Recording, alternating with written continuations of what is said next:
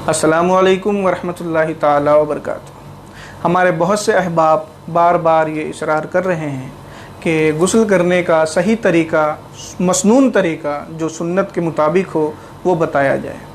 देखिए, पहले मैं आपको तरीका बता दूं और उसके बाद मैं वो अहादीस भी बता देता हूं जिनसे ये मसनून तरीका साबित है।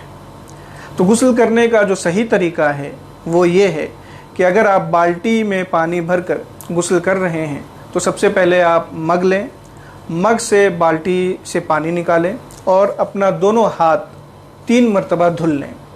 उसके बाद अपनी शर्मगाह धुलें और अगर बदन में कहीं नजासत लगी हुई हो तो उस नजासत को भी पानी से साफ़ करें, धुल लें। उसके बाद आप कुल्ली करें और खूब अच्छी तरीके से गरारा करने के साथ कुल्ली करें और आप अपने नाक में 3 मरतबा पानी चढ़ाएं। उसके बाद आप दोनों अपने यहाँ तक हाथ धुल लें, कोहनियों समेत, जिस तरह वज़ू में धुला जाता है। उसके बाद आप पहले दाएं मुंडे पर पानी डालें, उसके बाद फिर 3 मरतबा बाएं मुंडे पर पानी डालें। 3 मरतबा दाएं मुंडे पर और 3 मरतबा बाएं मुंडे पर और फिर 3 मरतबा सर पर पानी डालें और उसके बाद पूरे बदन पर पानी बहाएं। और पानी इस तरह बहाएं कि जिस्म का कोई भी हिस्सा खुश्क ना रह जाए, यानी कोई भी हिस्सा ऐसा ना रहे, बाल बराबर भी कोई हिस्सा ऐसा ना रहे जहां पानी ना पहुंचा हो, बल्कि आप पूरी कोशिश करें कि जिस्म के हर हिस्से तक पानी पहुंचे, वरना गुस्ल नहीं होगा। अक्सर ऐसा होता है कि ऐसी जगहों पर बगल में या घुटने पर, जहाँ पर दोनों घुटने जब हम फोल्ड करते हैं तो उन जगहों पर पानी नहीं पहुँचता है। उसी तरह शर्मगाह के कुछ मकामात ऐसे होते हैं कि वहाँ पर पानी नहीं पहुँचता है, तो वहाँ पर अच्छी तरीके से आप पानी पहुँचाएँ।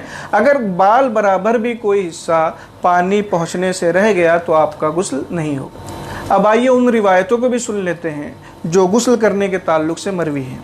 उम्मुल मोमिनीन हज़रत मैमूना रज़ियल्लाहु ताला अन्हा से मरवी है कि जब हुज़ूर अकरम सल्लल्लाहु ताला अलैहि वसल्लम के लिए गुस्ल करने का पानी रख दिया जाता तो आप बर्तन से अपने दाएं हाथ पर पानी उंडेलते और फिर इस तरह दोनों हाथ 2 मरतबा या 3 मरतबा धुल लिया करते। उसके बाद आप अपनी शर्मगाह धोते और उसे बाएं हाथ से उसे साफ़ करते। दाएं हाथ से पानी डालते और बाएं हाथ से अपनी शर्मगाह साफ़ करते।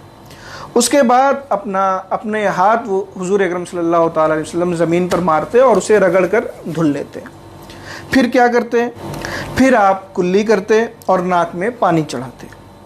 उसके बाद आप अपना चेहरा धुलते और दोनों हाथ धुलते। उसके बाद अपने सर पर और पूरे बदन पर पानी बहाते। उसके बाद एक किनारे हो जाते और वहाँ पर जाकर अपना पैर धुलते। एक दूसरी हदीस है, हज़रत आयशा रज़ियल्लाहु ताला अन्हा से मरवी है। वो फरमाती हैं कि हुज़ूर अकरम सल्लल्लाहु ताला अलैहि वसल्लम जब गुस्ल फरमाते तो आप सबसे पहले उस तरह वज़ू किया करते जिस तरह नमाज के लिए वज़ू किया जाता है और उसके बाद अपने सर पर 3 मरतबा पानी बहा लेते, यानी उसके बाद गुस्ल कर लिया करते। तो फ़ुक़हा किराम यही फरमाते हैं कि सबसे पहले तो उसी तरह वज़ू कर लिया करें जिस तरह नमाज के लिए वज़ू किया जाता है। नमाज के लिए जिस तरह वज़ू किया जाता है उस तरह वज़ू करें और उसके बाद अपने पूरे बदन पर पानी बहाएं। और पैर का धुलना जो है, इसकी 2 सूरतें हैं। अगर आप ऐसी जगह पर नहा रहे हैं जहाँ पर पानी जमा होता है तो पैर आप अलग होकर लास्ट में धुलें, और अगर आप ऐसी जगह नहा रहे हैं जहाँ पर पानी जमा नहीं होता तो आप शुरू में भी पैर धुल सकते हैं जब आप वज़ू कर रहे होते हैं। जब आप नमाज की तरह वज़ू कर लें उसके बाद अपने पूरे बदन पर पानी बहा लें तो आपका गुस्ल हो जाएगा। एक बात रह जाती है जो मैंने एक वीडियो में बताई है कि गुस्ल करने से पहले पानी किस तरह लिया जाए।